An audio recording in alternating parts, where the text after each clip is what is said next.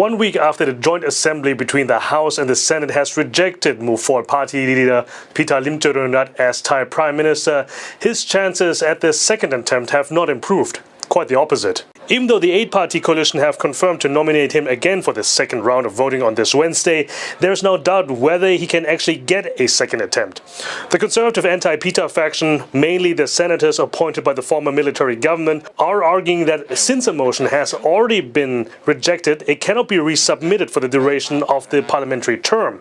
And they say that Pita's Prime Minister nomination is a motion and it has failed, and thus he can't be put up again. Obviously, the other side disagrees, saying these two things are not one and the same. The Constitution has no answer to that, and it also doesn't limit how many times a candidate can be nominated as Prime Minister. So in theory, it can go on endlessly until someone gets the majority of the votes. There has been no decision on that matter yet. In fact, there will be actually a debate about this very issue before the second Prime Minister's vote, so we are in for potentially another long day in Parliament. Last week's Prime Minister vote did not go in favor of Pita Limjaroenrat, failing to reach a simple majority, with too many no votes and abstentions, mostly from those aforementioned senators. Only a dozen of senators and none of the rival MPs have voted for Mr. Pita.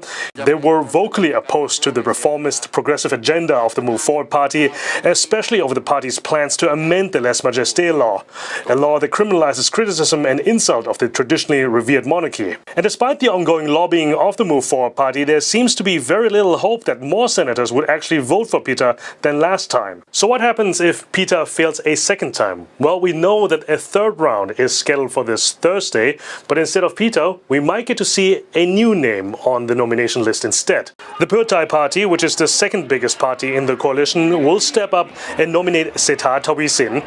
The 60-year-old is a political novice but was boasting his economic credentials as a property tycoon during the election campaign. That would mean that 2 months after the elections, we might end up with a Prime Minister whose party has not won the most votes. At the same time as Parliament convenes, the Constitutional Court is scheduled to decide whether to proceed with a case against Pita Limjaroenrat over allegations of violating election laws. He's accused of illegally holding shares in a media company, even though the broadcaster in question hasn't been on air for over 15 years. If the court accepts the case, Pita could be suspended as an MP until there's a verdict. There have been many hurdles for the Move Forward Party and Pita Limjaroenrat, but ever since their surprise election victory in May, the attempts to block them from forming the next Thai government have only increased. But that could also increase political tensions as the lawmakers are deciding which direction Thailand will go next. Saksit Saya Sombat, CNA Bangkok.